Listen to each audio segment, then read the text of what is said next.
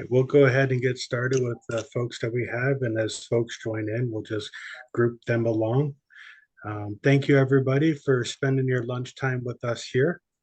Um, we have just a couple items to cover first, and then we're going to talk about the Best Support Analyst Award. And then after that, we're going to have a presentation by Miss Nancy Robinson. And then after that, we'll save some time for some Q&A and a wrap up.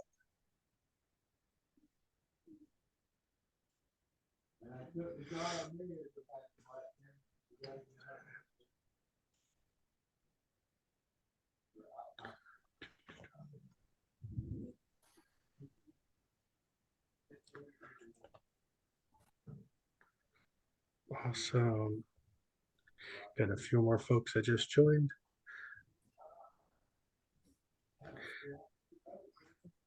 Miss Nancy, do you want to move it forward one? Absolutely. I was just going to say, how do you want to do this? Just let me know and I'll move the slides forward. Yeah, that'll work perfect. Perfect. Teamwork. I just want to take a time to thank our sponsors, our gold sponsors, the One IO and Robert Half. They've supported us all through the year. It's absolutely amazing. We have some national sponsors with the Robert Half again and the Res Live and the silver sponsor with Invigate. And these guys are amazing. They help us keep the wheels moving forward. They're great resources for you guys to reach out to as well. Can't do what we do without them. Go ahead and move us forward. So we have some upcoming events in Q2, 3, and 4. We have a social event and a presentation on CX and AI. Coming up in April 27th through May 2nd is Support World Live over in Colorado. And then the second Support World Live event is November 16th to the 21st. That's in Orlando at the Lowe's Sapphire Falls Resort. So more information on that towards the end. If you visit our website, the Central Florida HDI, there's links to those events and you guys can register. You guys put in the Central Florida chapter as the code, and it'll give you guys a little bit of a discount when you guys sign up through there. And yep, so on the next page is the reminder, the local chapter discounts and the revenue share.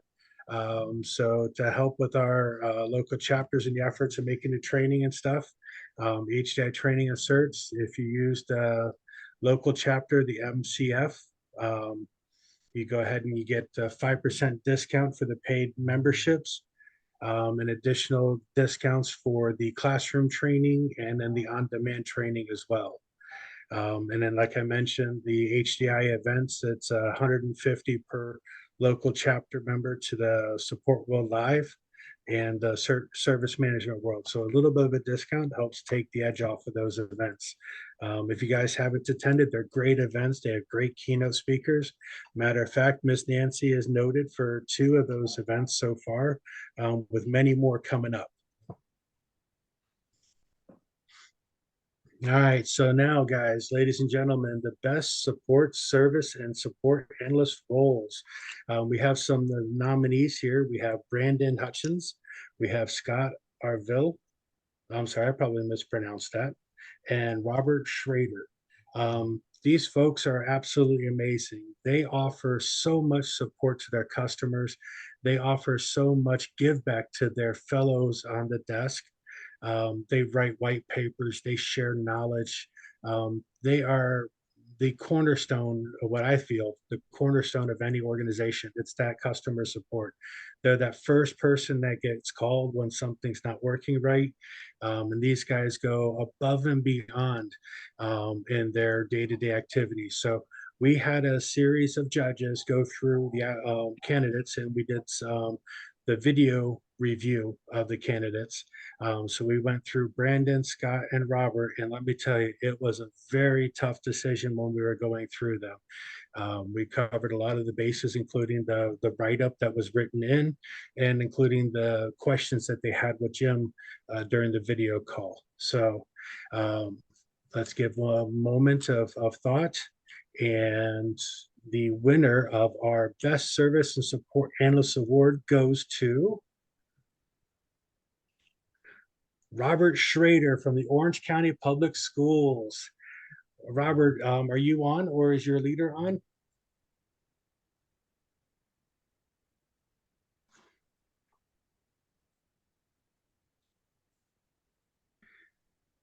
I don't see either one of them on. But for Oh, those, excuse me. I'm sorry, Joseph. I yes. work with John and John Dodonna, his direct report, and Bob. And Oh, John is having trouble getting into the meeting for some reason. oh, I'm so sorry. Um, do we want to we can we resend them the invite, you think? Or Yes, please. Yeah, try that. I'll let him know. I'm messaging him on Teams. okay. And let's see here. Technical difficulty sometimes. Yeah, I find it ironic. Isn't it Uh, ironic? Yep, it is. It happens all the time though. Let's see. I'm just grabbing their emails.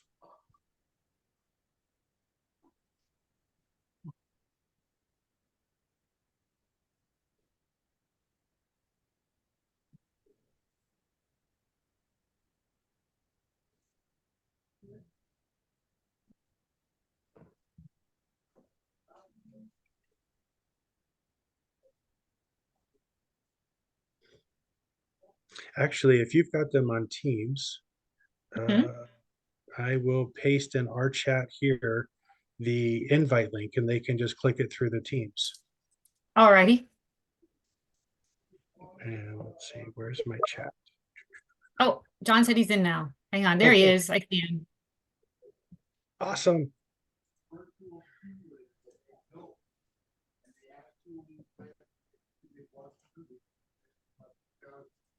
Let me see if is your mic working. Yeah, hello? There, Can you hear there me? you are. Yeah. There you are. So yeah, this is amazing. I'm speechless on this one. Did not did not rec did not know how this was going to go. No problem at all. So yes, so we went through, Nancy, if you want to go back one slide. We went through the three candidates.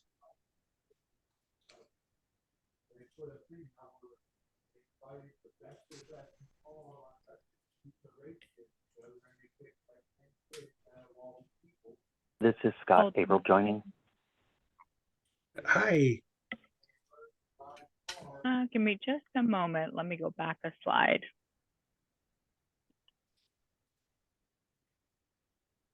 And here you go.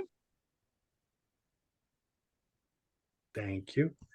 And then that's in there. It took a few moments for that to catch up. So we had the three candidates for the best service and support analyst: Brandon Hutchins, Scott Avril, and Robert Schrader. And like I said, we spent quite a bit of time going over the video interview that you guys did with Jim, along with the write-up that was sent in. And as the judges, as we collaborated back and forth on it, the selection came down to Robert Schrader. So I can't thank you guys enough for the work that you do with your organization, the work that you do with your customers, because it is absolutely the cornerstone of what goes on. It's just absolutely amazing. Um, you guys really are the backbone and the cornerstone of the organizations. Well, thank you very much. I do believe that we try to provide a very decent service for our customers. We know we have a lot of teachers and a lot of support staff, and we try to do the best we can with the team that I have with us right now. And Bob has been very important member of my staff since the very beginning. And I've only been in this management position a short time, but he has been my go-to person, and he's helped me immensely in a lot of, I just can't, I couldn't imagine it doing any of this without him. He's been amazing. Oh, that's awesome. Yeah, so coming from somebody, my wife is a teacher and she leans on the IT staff quite frequently. Again, I thank you guys from the bottom of my heart because you make my afternoons way easier when she comes home. Right? Well, I'm glad to hear some positive. Oh, absolutely. I mean, I love the kids and I'm sure the kids get a huge benefit from it, but from the bottom of my heart, thank you. Well, thank you. I really appreciate it. And like I say, I will convey this information to Bob and let him know.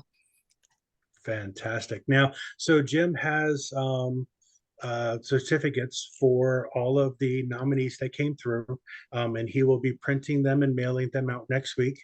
And also for Mr. Schrader, he has the award, and he will be printing and getting that all set up and sent out next week as well. Excellent. And that is going to his work location, I'm assuming? I believe so. Okay. Yep. It would be, yeah, it would be on his work location. And if Jim needs to get the address, I'm sure he'll be reaching out to you. He just happens to be traveling for a new position that he just got. So he's not unable to attend with us today. Excellent. Perfect. Well, again, I appreciate the kind words for Bob, and I'm sure he will be excited to hear the news. Awesome. That's awesome. All right. So Miss Nancy, if you want to move us forward one. Aha! So this here is our esteemed speaker, Miss Nancy Robinson. She comes from us from Health First. It's a hospital system on the east coast of Florida. She is the supervisor of IT field services. She has had the honor of speaking at a couple of the Support World Lives. She's got a wealth of knowledge for mentoring, for forward thinking, for looking at processes and finding out ways of improving them. It doesn't mean a process is broken, but there's always an opportunity for improvement. Nancy's been in the field with leadership for over 20 years in various roles and in various organizations. And we are extremely excited to have her with us to talk about changing the world one taco at a time. Hello, everybody. Hello. Right. I took some slides out from the Service Management World presentation I just did in November, but basically the same. So Joe did a great job introducing me. He's got a little red face there. I'm a supervisor for IT field services, and we've got about just under 40 people on our team, men and women. I'm here today to talk about changing the world one taco at a time. First, let's get the bean counters in the room, right? The meat and potatoes, people that care about the numbers, carne y papas, if you will. Just your business case and the why for your organization. I know that's important. A lot of you might wonder if employee retention is still an issue with 2023, right? We've got quiet quitting and people always seem to have signs out that say now hiring. Yes, employee retention is huge, even today. What do you think? What percentage is 40%, 20%? 93% of leaders are concerned with employee retention, right? So what does employee turnover cost your business? Let's talk numbers. What's the average cost of employee turnover? For an hourly employee, it's $1,500 per employee. For a skilled or senior employee, we're looking at 1.5 to 2 times the employee's salary. So, I mean, you could be talking $70,000. That's a lot. Cost of losing a highly skilled employee can be as high as 213% of 1 year's compensation for that role. That's things not getting done, assignments being shared, or, put on someone else. That's a lot of money for your organization to have to shell out. So what do tacos have to do with employee retention and turnover? Any guesses? No. Well, what do tacos and humans having in common? Ingredients. Oh. You're close. Ingredients. And what do I mean by that? Ingredients are smaller parts that come together to make something pretty amazing, right? So you've got tacos, people too. What if you could highlight the best ingredients or parts of every person? What if I could do that for every person on my team? And what if I could show them how I see them, right?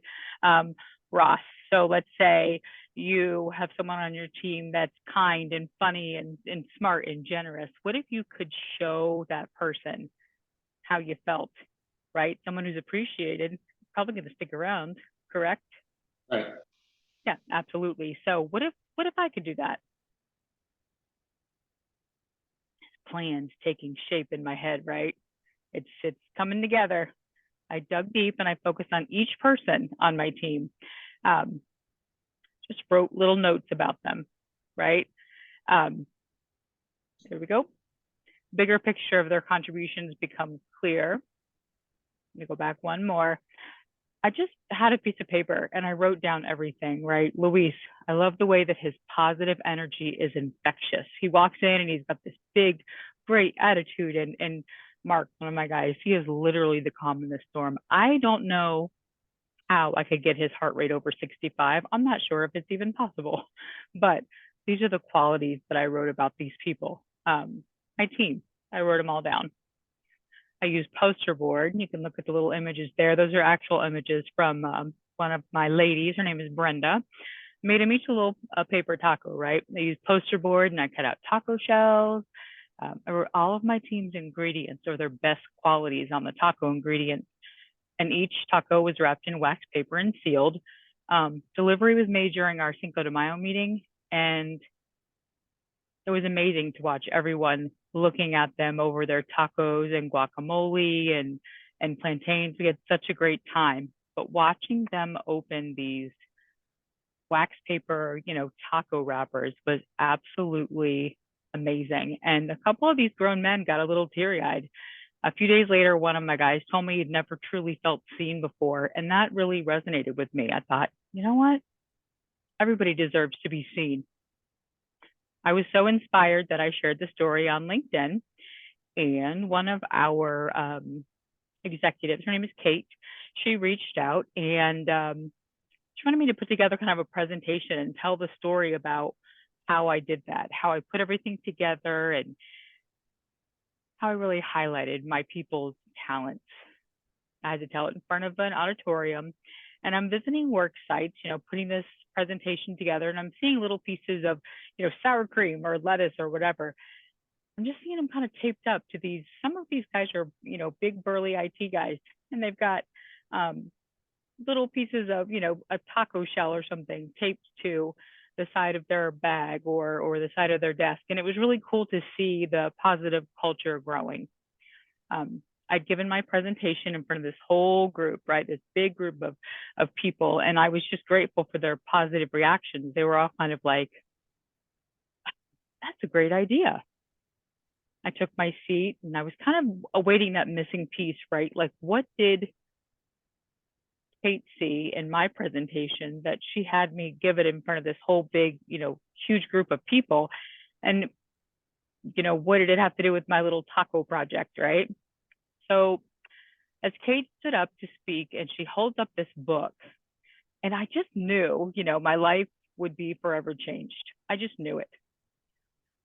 So I'm going to give you the highlights of a story called 36 Pieces of Paper. My part was one, and this 36 pieces of paper is the other half, and then we'll bring them together right at the end.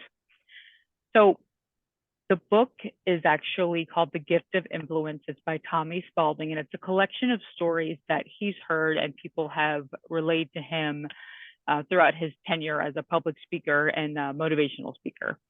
So really, it's about hearing an unforgettable story, one that you can't stop thinking about for days, months, years, one that kind of resonates with you. This story, when I heard it for the first time, everything just kind of slowed down. Relentless march to ensure that I heard about a junior high school teacher named Miss Lynn. With one simple class exercise on a bright spring day, she taught a room full of eighth graders that no matter how alone they might feel, however dark and cold life may get, they're loved. So Miss Lynn's story moved me more than any book or anything like that. It just beautifully illustrates the simple and awesome power of lifting others up. So she's got these kids, and like I said, this is definitely the Cliff Notes version of this story. It's a warm, sunny Friday in March of 1962, right? Miss Lynn walks into her eighth grade math class. It's the last class before spring break, and these kids are being absolute shenanigans, right? They're jumping on each other and wrestling and just being wild.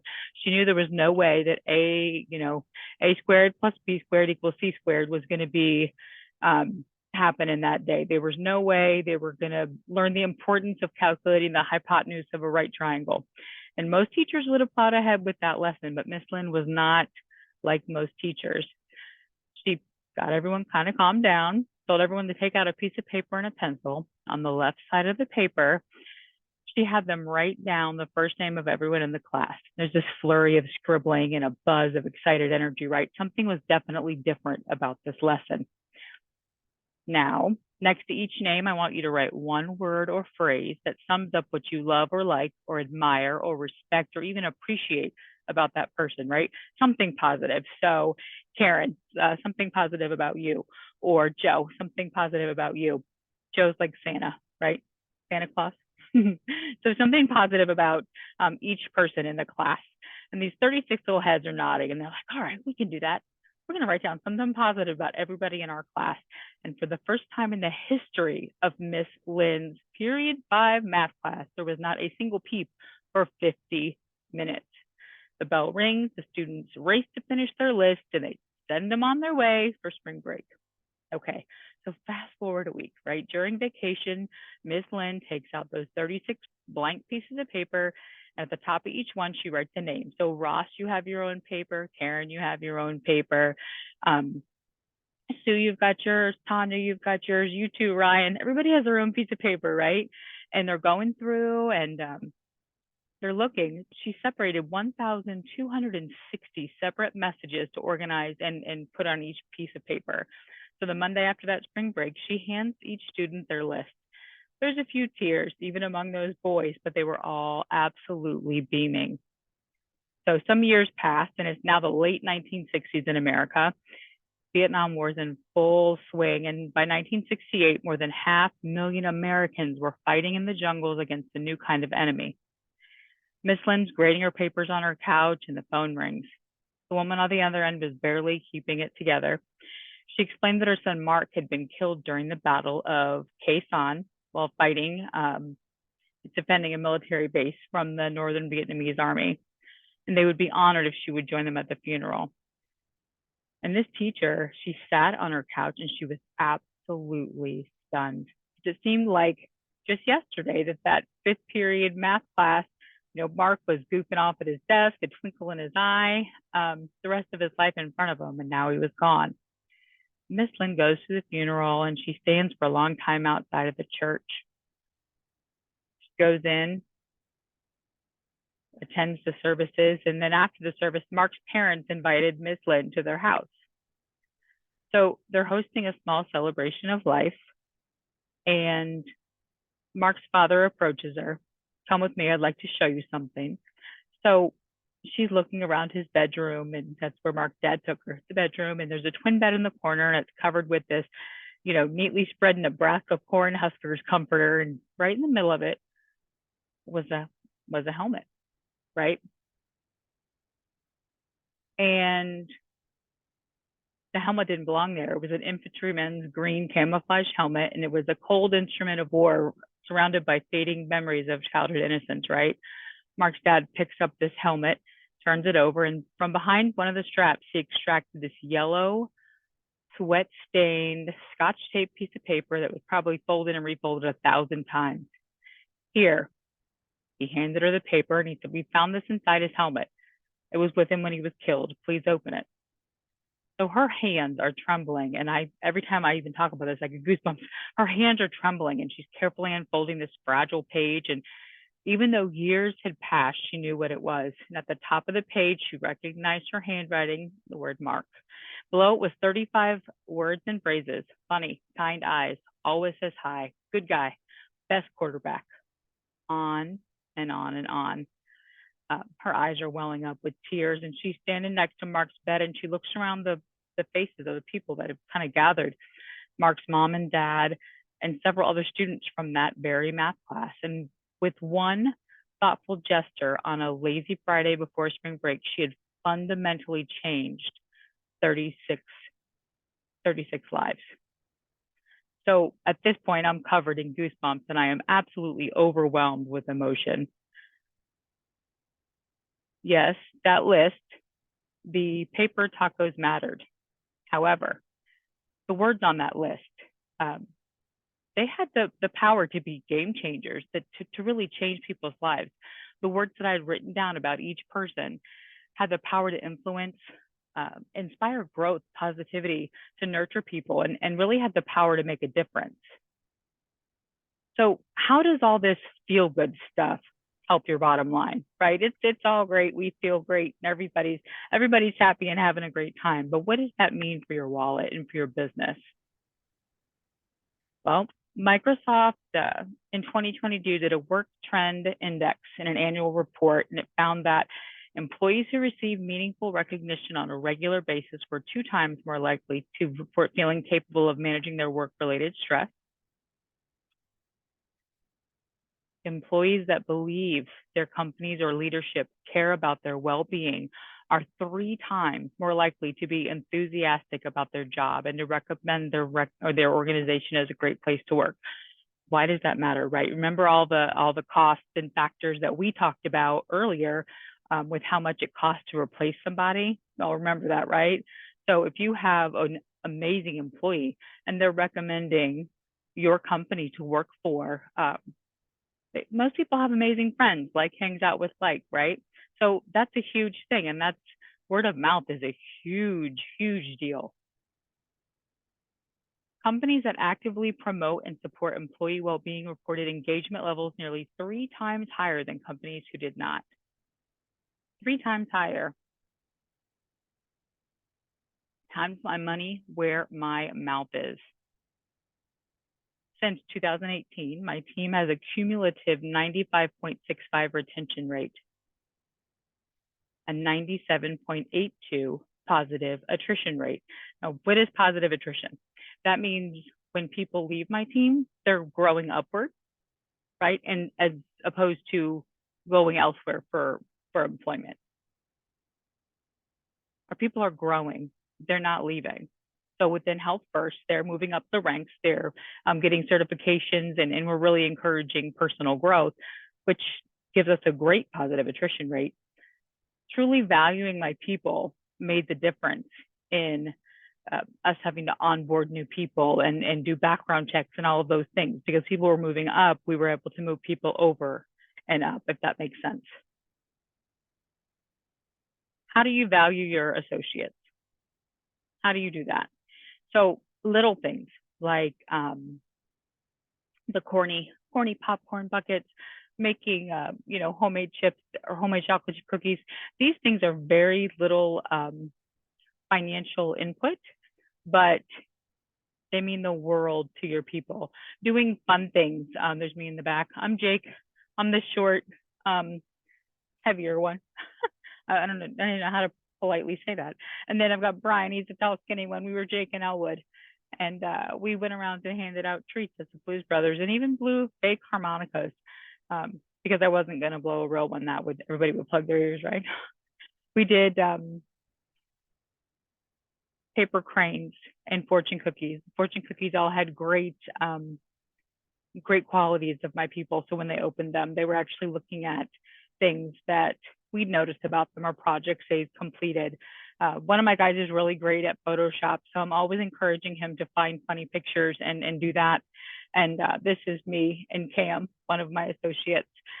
We were health first heroes, IT field services. So little things like this can actually help you, be that 3 times, literally 3 times. People are more likely to encourage their friends to apply for your team. That's, that says a lot. Little things.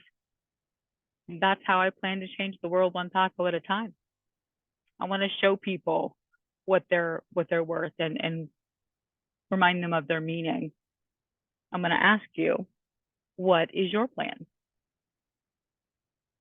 So as we close and as we go to the question and answer part, I want you guys to be thinking about that, about how you plan on engaging people to encourage that growth and encourage that retention, so that financially you're doing the right thing for your company, but as a human, you're doing the right thing for your people. Because believe it or not, you can bridge that and they can be together. So thank you for your time. I'm going to leave this up here. That's my little LinkedIn thing. If you want to connect with me, I'd be more than happy to answer any questions if you wanted to keep them offline. You can also put them in the chat and I'll answer whatever I can. But yeah, give me some questions. What do you got?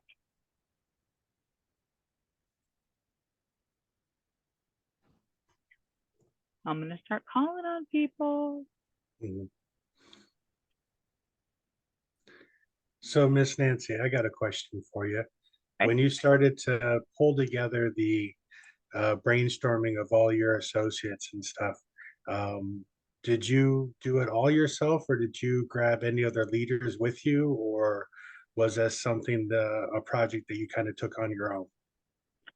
So this was a project I took on my own because I actually included my leaders on it. This is a funny story. My boss does not like Mexican food at all. He is a chicken nugget man. So I actually printed out some chicken nuggets and wrote his qualities on the chicken nuggets. So if I had it to do all over again, I probably would have sought their input just so they could be a little more well-rounded and a little more different observations from different people. However, it was a really cool thing to do it myself and to know that I was making the impact, and it made me really focus on my people and their positive traits and attributes, if that makes sense. Oh, absolutely.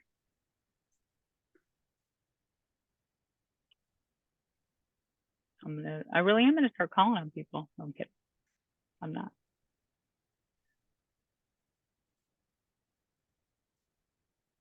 What about you, Chu? You got anything? Do you have a plan? Do you have a plan?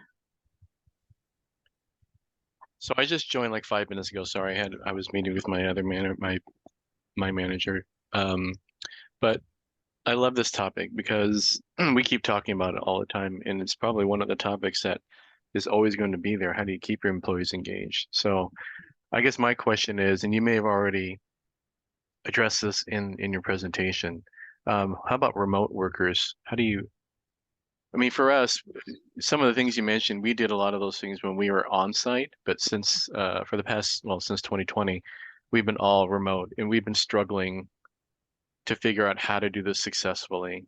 With there are budget things, right, that we have to watch, and with people remote things, we found some ways of doing things remotely that don't cost a lot, but it's getting to the point where we haven't done anything in the past couple of years because we've just kind of worn out those things. And so I'm always looking for different ways of how different organizations are handling their remote things. And Okay. I'm hearing less and less because there's more and more people going back on site now. So Right. So I've got a couple things. I've actually instituted some things for our virtual workforce.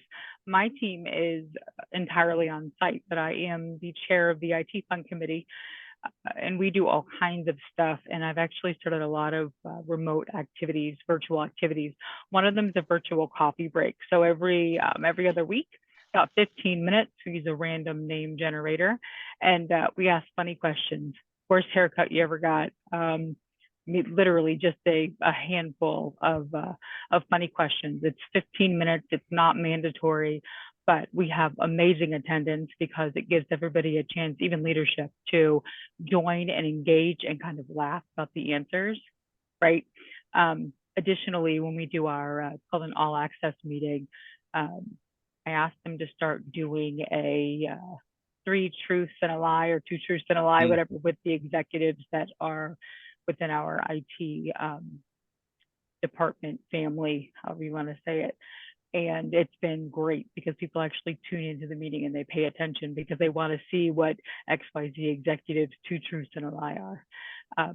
There's who's that baby you can do, which is everybody sends in baby pictures and then we try to guess whose is what. There's a pet one.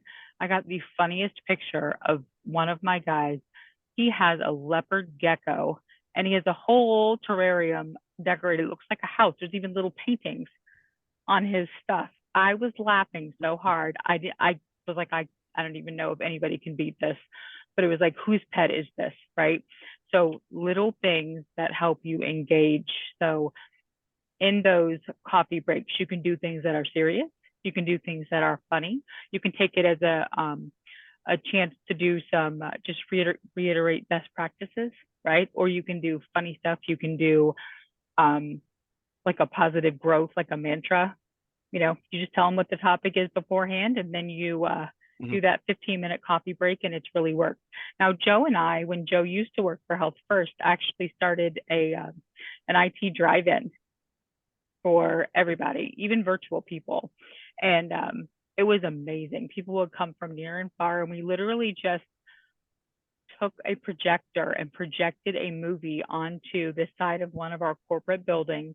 We used the FM transmitter, and our fund committee, we did popcorn. This stuff is not expensive. We were doing these events for like, I mean, $100 just, and that's like way overestimating just for the little things. Now, Joe used to cook and do all that stuff too, so that was obviously not part of the 100. But we did do dinner and a movie one night. It was amazing. It was great. So things like that, ways to engage your associates, and that's all for virtual employees. On site, there's so much more you can do. Oh yeah, definitely. Yeah. Yeah, my boss's boss, when he does a section meeting, which includes, you know, the help desk, recently he has been doing in the beginning, he will send, okay, send me your favorite picture of vacation or your pet. So I mean, you're right, it's these little things that, and you don't have to do it all the time. It doesn't have to be a big ordeal, you know, it's the little things that just keep this momentum of engagement going, right? So I think that's what we're starting to find too, and you know, hearing what you just said and what I'm learning from other people, that so good. Thank you. There's also some potluck. Some of our teams, they'd reached out and asked me the same thing. How do you keep your people engaged, and how do you make sure that they are all on the same page? And I think it's easier to work with someone and collaborate with someone when you've broken bread with them, right? When you've sat next to them and you've had a conversation and you really understand them and you get their motivation. So another thing that you can always do is, let's say you have a monthly meeting, right? And the monthly meeting is mandatory. Well, what if you made it an in-person meeting, but you gave them notice so they could do whatever they had to do with kids, dogs, whatever, and do a potluck? Right? Your company supplies the meat, everybody else brings a side, have your meeting, and then just stay an hour later and have that social time. That's important. And people don't even realize it, but there is a trend of people that work solely remotely. Their mental health is declining only because they're not as engaged with others, and they're not as interactive with their associates and with their teammates. So those things are super important, and they're just now starting to see some of those numbers come about. That's good. Good stuff. Yeah. What else? Who else do we have? It's funny, we were just talking about this in the Skyway chapter meeting this past week. We were talking a lot about parades. Amber alert. Sorry, that's something we have in Florida. I think that's in every state now, right? An Amber alert. Yeah. Yeah. Anyway, we just got one. We were talking about praise. I was sharing something that I had done with my team, because I had fortunate enough to have worked remotely since 2010.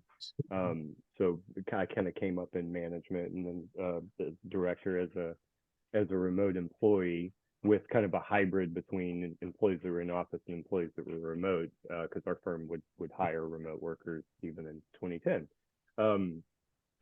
What I found that worked the best was encouraging the engagement as close to the work as possible. So in like the first level. So not like a director or a manager, like getting the team together, but more so like the supervisors and leads and the time they spend engaging with the analysts, or the leads and supervisors, the time they spend engaging with the managers, and trying to make sure that that's the engagement that gets the focus. And I found it easy to say, hard to do when I went to my team leads and it was like, hey, you need to start praising your team, because it's very easy to criticize team members, because it's that same kind of transactional, just like the tickets and CSAT, it's very transactional. Oh, there's a complaint, there's something for us to talk about, but like praise, you don't necessarily get that same kind of, it's not as in your face, usually something goes well and you just keep going on, that kind of no feedback, good feedback mantra. So I challenged my team members to start offering praise to their analysts, and many of them didn't know how to do it. They're like, I don't know how to do this. Really, how do I even do that? And I'm like, all right, well, you can't just be like, hey, good job today, or hey, you're a rock star, because it's not really meaningful. And in a lot of ways, it's insulting to some people to see right through that. You've got to make it specific and sincere. So what I started doing was teaching SBI, which is typically taught about, one-on-ones and performance evaluations. We're just applying that to praise, just situation, behavior, impact. Here's what was going on. Here's what you did. Here's why it made a difference to the team. And my team leads found that to be helpful. And then they found the impact to be out of the world. Like the one team lead that was the most critical about doing this ended up being the champion after 2 weeks, because one of their most problematic analysts, who'd been on the team for years and just sat in a corner and minded their own business, and they just kind of had a conflict, because when this person got promoted, the person didn't want to listen to him or whatever. But that analyst, just out of nowhere, helped another analyst out in the team's chat, because they were like really busy. The lead's busy, couldn't help the new person. This analyst helped them. So that team lead was like, great, here's a chance for me to practice this SBI. And he went to the person in private and was like, hey, we were really busy. This new analyst wasn't getting help. They were stuck on the call. You stepped up and helped them out. That really, really helped me out. I really appreciate that. Suddenly that analyst every day was helping out people, a couple times an hour in between their calls, because they're 4 or 5 minute calls. They've been doing it forever. So they're spending half their day helping out new analysts. Whole team got better just because got a little recognition from the direct supervisor. I love that. Absolutely love that. That's great. Oh, Very nice. absolutely. Thank you. So sorry, Nancy. I was just going to comment on what Ryan said. And Nancy, you mentioned this earlier too, making it meaningful. They see through all the fluff, but once you make it meaningful, then you really put your heart into it. It's amazing on how they pay it forward tenfold. And it's just like you said, Ryan, it was just a simple one-time comment, and then all of a sudden now they're doing it all the time. So it's awesome. And yes, some of us big guys that are sitting in those cubes and we unwrap a taco box from Miss Nancy, I am pretty sure I know a few of them that are probably teary-eyed just thinking about it. Mhm.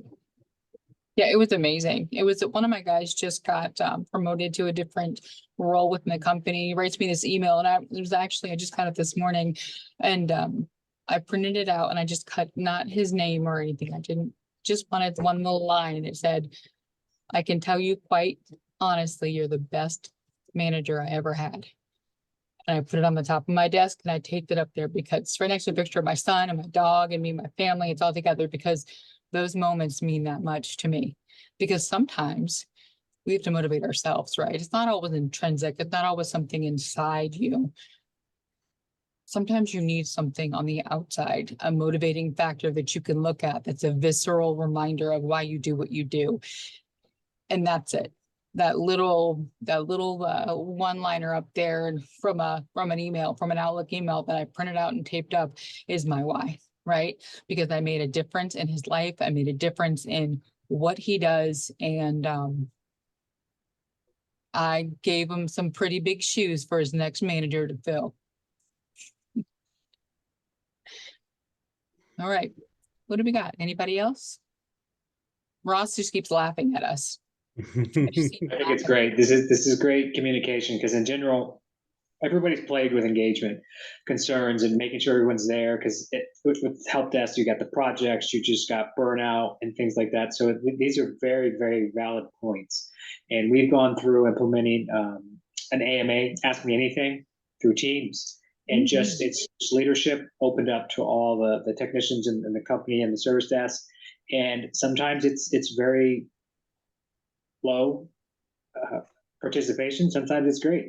So, you know, it's filling out what forum do they like and how do they like it, and slowly starting off, because I like the story that you read out of the book, and I'm like, you know, that's a simple segue to start something simple with the smaller teams of just breaking it down, start with some positivity, break through some silos, and then build upon that with that same core feeling, and see where it goes. Because I think a lot of times those kind words do mean more than anything we can provide in other forms, that just, you know, because there's something that I remember reading, that there is a point when money no longer motivates. And when that is hit, then that's when you start to see the attrition, and then you're wanting to make sure, because you know, these are things that I think about a lot, is, are we combating attrition in the negative by providing them other alternatives? I know we also, as a company, have quarterly, everyone come to the ops center. Let's have a fun event. There's themed, there's food provided, and those are very helpful. But also with our footprint, there's not an ops center in every state. So then there's some that just kind of get left out. And that's my biggest concern, is how can we get them pulled in to be able to participate? Because then budget is always at forefront of mind. But no, Right. It's been very valuable. No, those are all very valid points. I like to Ask Me Anything. I have an Ask It basket for my team. And because we are at 8 different main locations with like 74 buildings across the county, what I have them do is actually do a Microsoft Forms.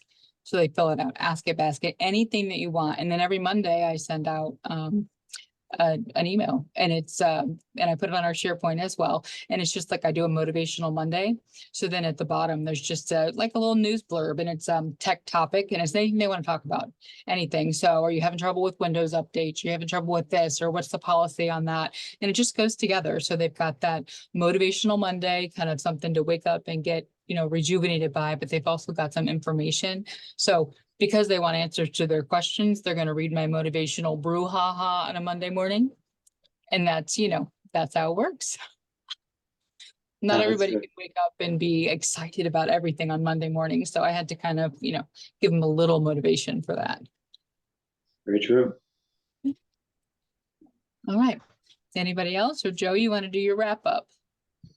Oh, well, first off, thank you, Miss Nancy, for taking your time and putting the presentation together for us.